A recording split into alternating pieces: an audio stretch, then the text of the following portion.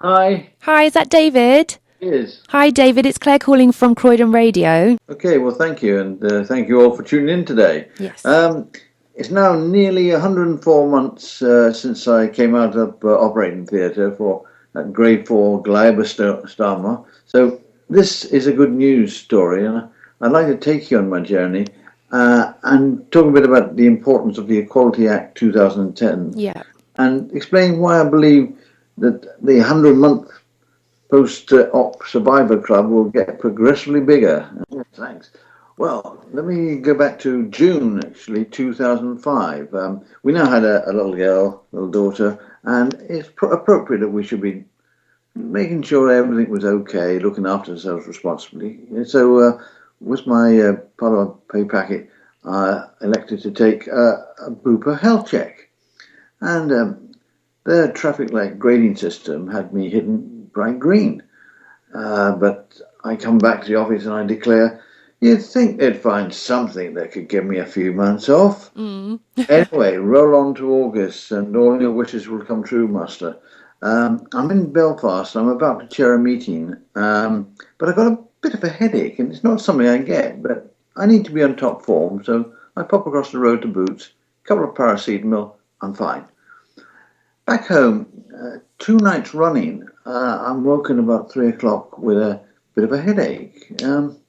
I don't get headaches. I've never had a migraine, but I don't know what this was, but it's not enough to keep me off work. At the weekend, a couple of friends around for a barbecue, but clearly I've picked up a virus that my little daughter picked up to play school. Because early hours in the morning, I got my head down to WC. Next day, I'm not up for work, but rather than just sit it out, something tells me to get down to GP and check this out. I get an appointment late afternoon and see his nurse. Try a dairy-free diet for 24 hours. If that doesn't sort it, come back and I'll get you in to see the doctor. Mm. Well, and I had to admit that I had had yogurt that was past its sell-by date, but there we go. It was my wife that took me back, and I have little recollection of this meeting, but apparently within a minute the doctor was reaching for the phone and telling my wife to get me straight over to St Mary's in Sidcup. Don't stop over at home, just get you straight there.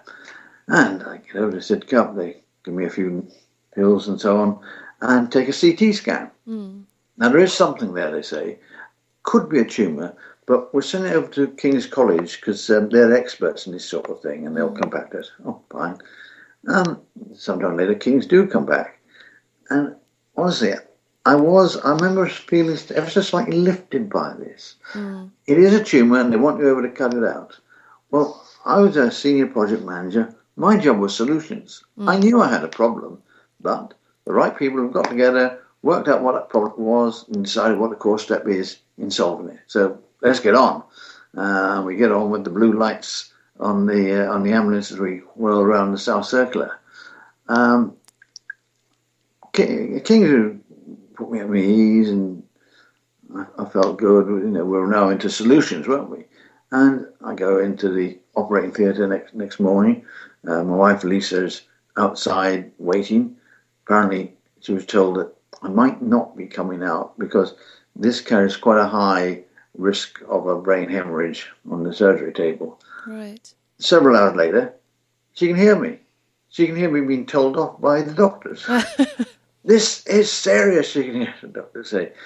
Apparently I was making wisecracks coming out of the operating theatre. But, I now understand that humour is an important part of brain recovery. So, Yeah, I think what's so, yeah. what's the problem? Clearly, I'm doing well. I'm able to bounce off the questions they keep asking me, check my alertness. What day is it? Where are you? And then they try me on who's the Prime Minister? Of course, this is 2005, and I'm able to confidently tell them that when it comes to foreign policy, it's George Bush that's in charge, but he doesn't mind Tony Blair dealing with minor domestic matters. So you definitely had a good sense of humour when you were there. Oh, yeah, you've got to have a sense of humour. And there's a silence, and then we have a problem, but it's not medical.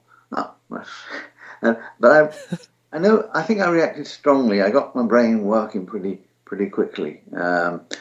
I do remember thinking, that, well, hang on, we're all doomed.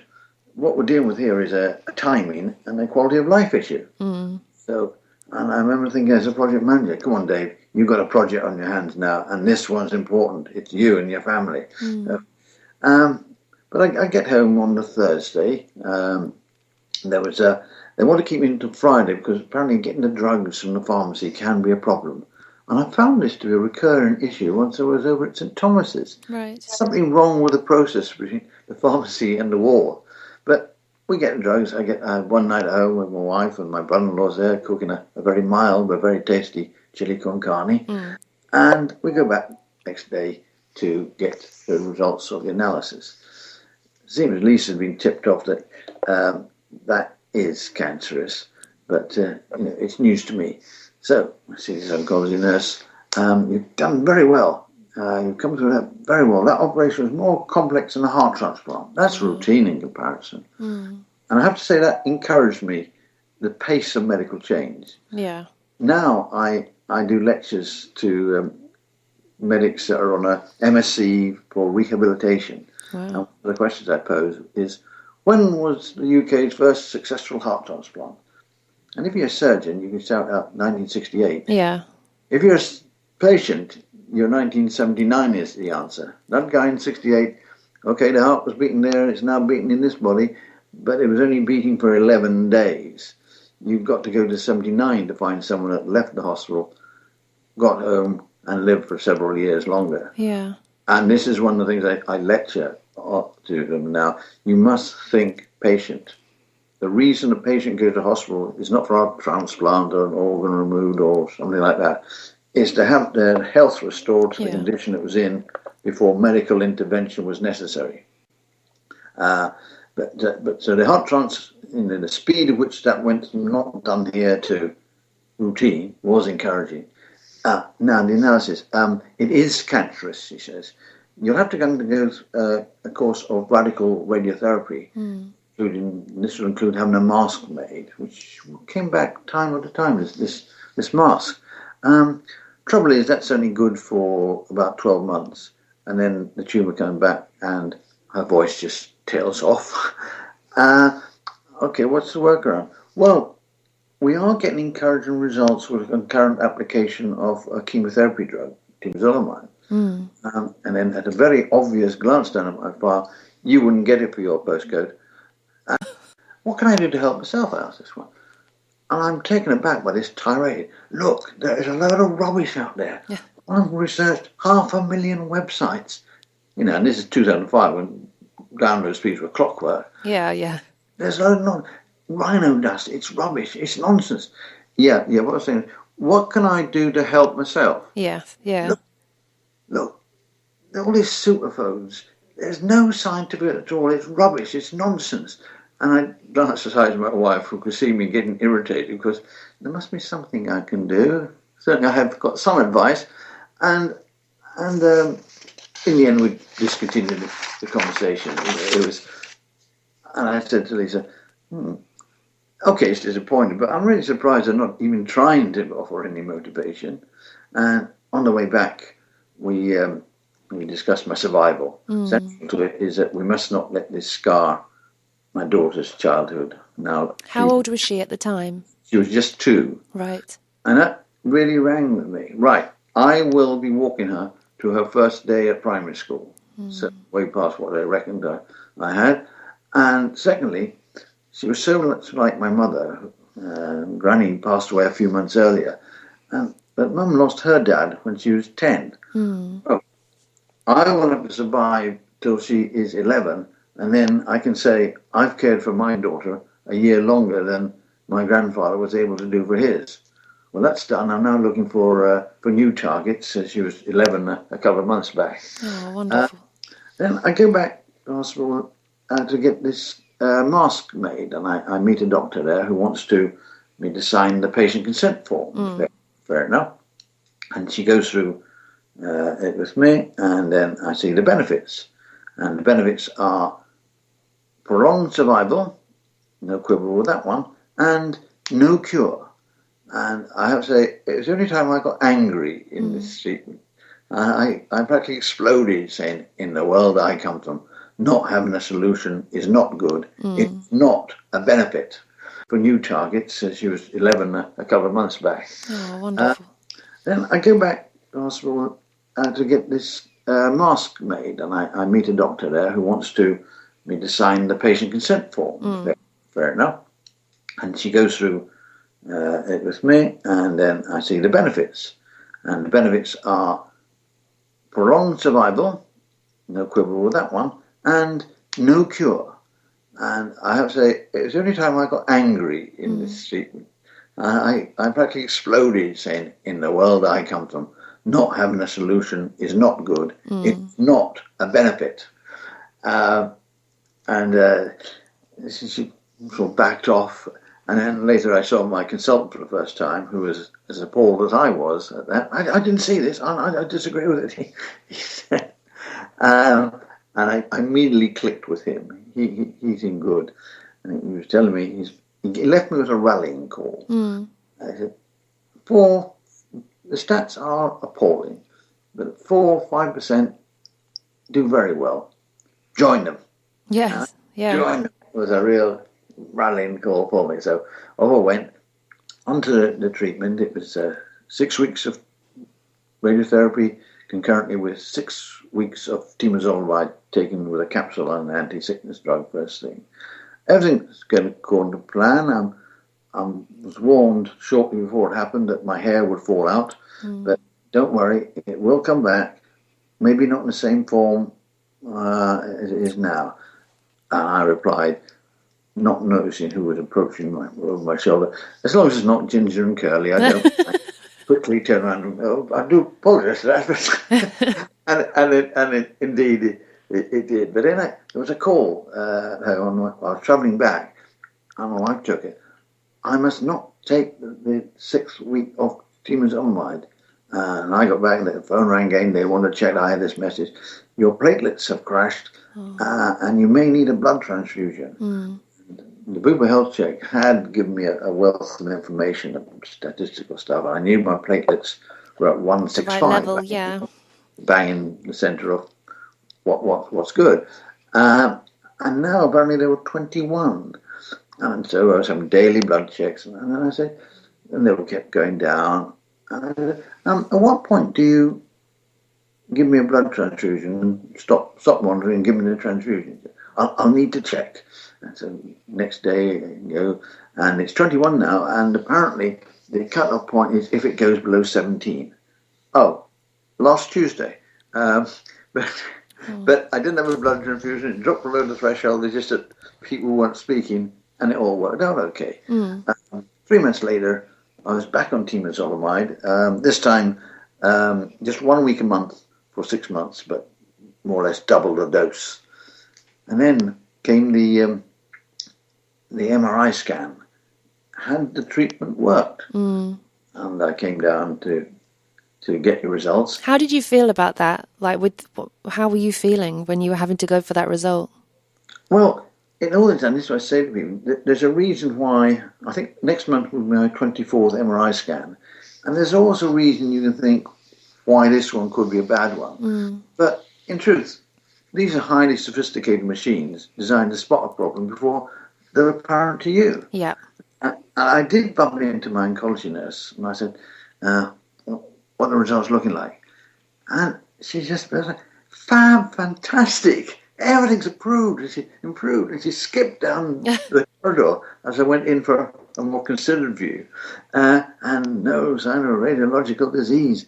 And what hit me was the sheer enthusiasm the medics had for these results. They weren't giving out this news often, and it was tremendous. And at the end of the meeting, towards the end of the meeting, my consultant starts firing questions for dates and things, and I thought he was testing my powers of recall. But then he finished by saying, "Excellent. We now have a complete record of your treatment." Because what I did, and I recommend everyone does this, is do take notes. This does get complicated. Or bring maybe a recorder or something if you're not. Yeah, I mean, I think they do let you if you want to record certain things, so you can take notes. What I was doing, I was scribbling notes down at the meeting. Finish, I'd sit outside, write on my longhand, then I come home and type them up on the PC. Yeah, yeah. At the end of it all, I published it. I entitled it "Survive and Thrive: My Encounter with Cancer." Oh, and that's what people can find in. It was from Lulu, wasn't it? That one. Oh, that's right. It's Yeah. now been retitled because I'll come to this. A slight retitling. In 2005, as I was building this, I called it "Survive and Thrive" because that's what the target was.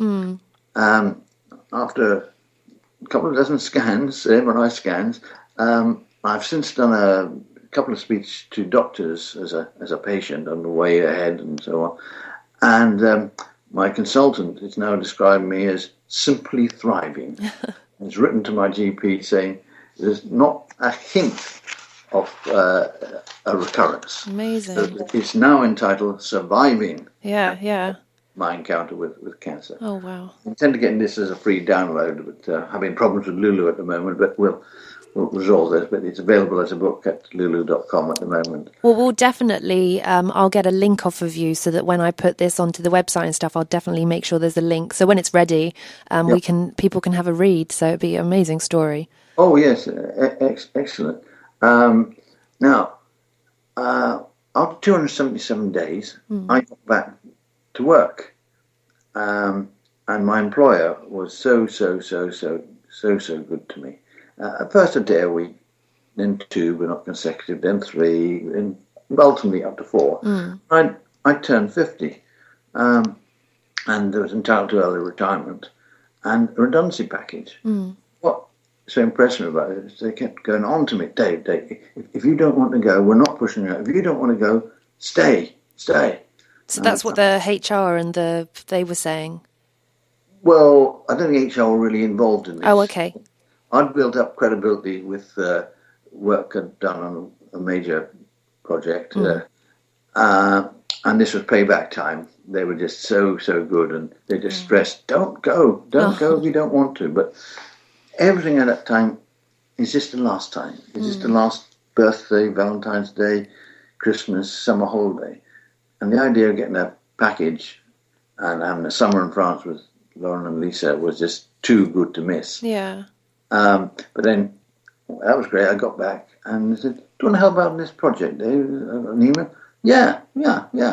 And I went there 4 days a week, then 5 days. I stayed there till July this year. Did you find your mind and everything? Do you feel you were the same as you were before when you were at the bank and things, or working the investment bank? Did you find things difficult, or were you still very much focused and you knew exactly what you were doing in the same as you were before? I can't say I got back to the levels I was. I mean, earlier project I had a team of 55.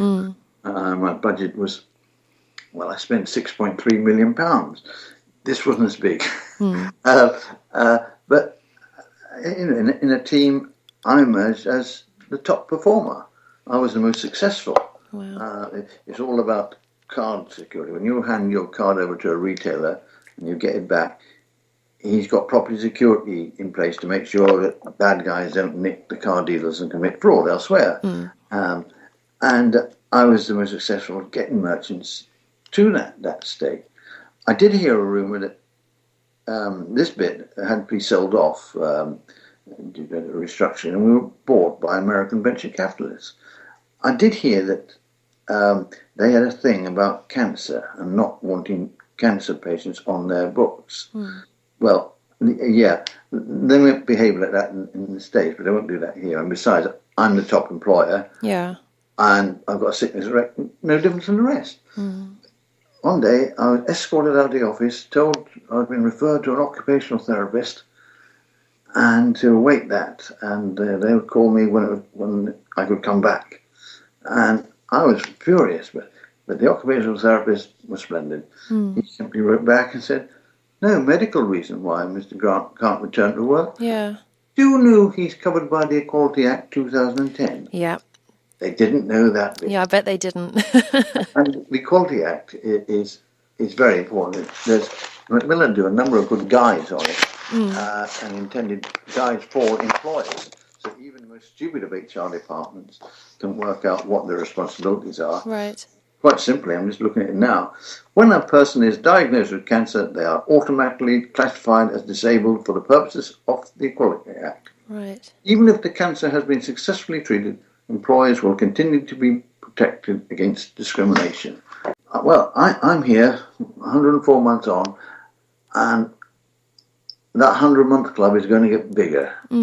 Plenty of good things have gone on since I went under a knife. As I say, my diagnosis was very, very, very late. Temozolomide is now on the National Health Service. At the time, the results were such that they didn't reckon it provided enough, but literally 2 or 3 others have proved, no, this can make a big difference. So it's now on the National Health Service. Wow. 2009, brain tumors book managed to get opened at University of Southampton, a dedicated brain tumour research centre. And what's more, this year, things are really motoring now. There's 3 more centres have been announced. Yes, we were talking about that a few weeks ago, that they've opened the new centres, and it's wonderful. And it means that over the next 5 years, there's 50 million quid going to be spent on brain tumour research. Yeah, that was through Brain Tumour Research, wasn't it? Yes. With Sue Farrington, and Yeah, and that's tremendous, because brain tumours are horribly underfunded. Something like 1% of cancer spending goes on brain tumour. Yeah. But this is something different now. This is the charities coming together, small donations, getting money together and getting proper dedicated centres. Instantly, one of the aims is to make sure that their people are funded to the extent that they're not going to go off and research another cancer because, well, there's not the funding to look at brain tumours, is there? That's changing. So what I say to people, things are getting better. Always believe in yourself. I always used to say there'll always be hope. And there's very realistic opportunities for hope now. Yeah, definitely. The other good thing for people in London is that the NHS has recognised that things aren't as good as we ought to have them. So they've set up a new body, the London Cancer Alliance, designed to improve cancer outcomes in London. And my consultant is the chairman of the Brain and Central Nervous System Pathway, and I'm the patient reviewer for all documentations, which I am putting in a patient view. When 2 doctors get together, this decision will be made in conjunction with the patient. Oh yes, that will be done. Yeah, can we have it explicitly mentioned, please? Yeah. And if anyone ever wants to contact me, please drop me an email on davidgrant.mapm@yahoo.co.uk and things. And I'm doing a lot of book reviews for women. Wow. And is this suitable for spreading around to carers or a patient or a professional? There's some very good books around. So you've completely changed your direction now in terms of, 1 minute you're up in the city and you're, in a investment bank, and now something completely different.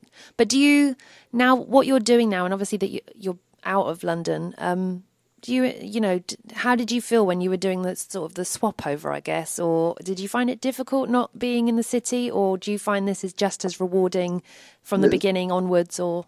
Well, this is rewarding. I've got to say, I'm not as occupied as I am, and there's capacity there to be used. Okay. I'm still keeping an eye out for jobs to go back.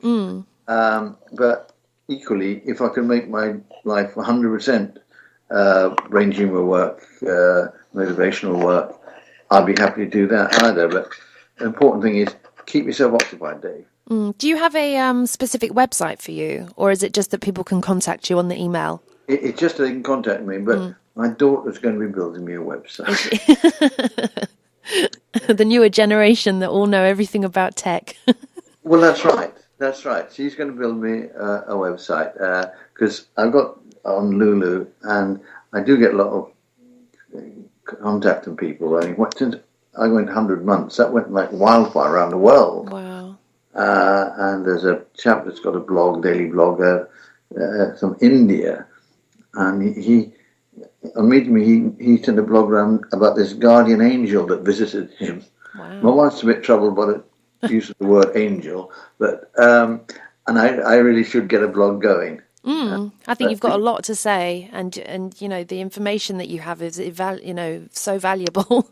Well, and it's a good news story on Yeah. usually a dark subject. Yeah, definitely. I think people need more good stories to be able to be encouraged by those things, and I think people will be really encouraged by your story.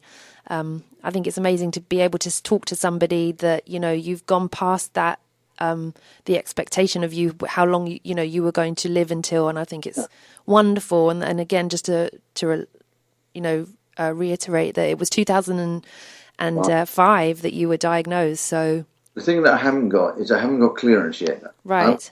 You're doing, you're simply thriving. There's no hint of a recurrence, but no one said you're cured, and they Right. won't say I'm cured because some brain tumors, they don't know what causes them. My consultant told me it happens. We know more about what doesn't cause brain tumors than what does. Yeah, definitely. And my GP said to me, it's because you've been desperately unlucky. Well, I had a bum set of cards dealt me, but I've been playing them well. Yes, definitely. I think so. Others, so be it.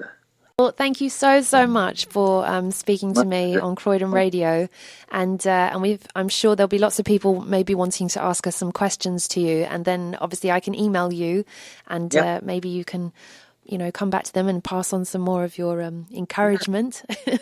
I'm only delighted to.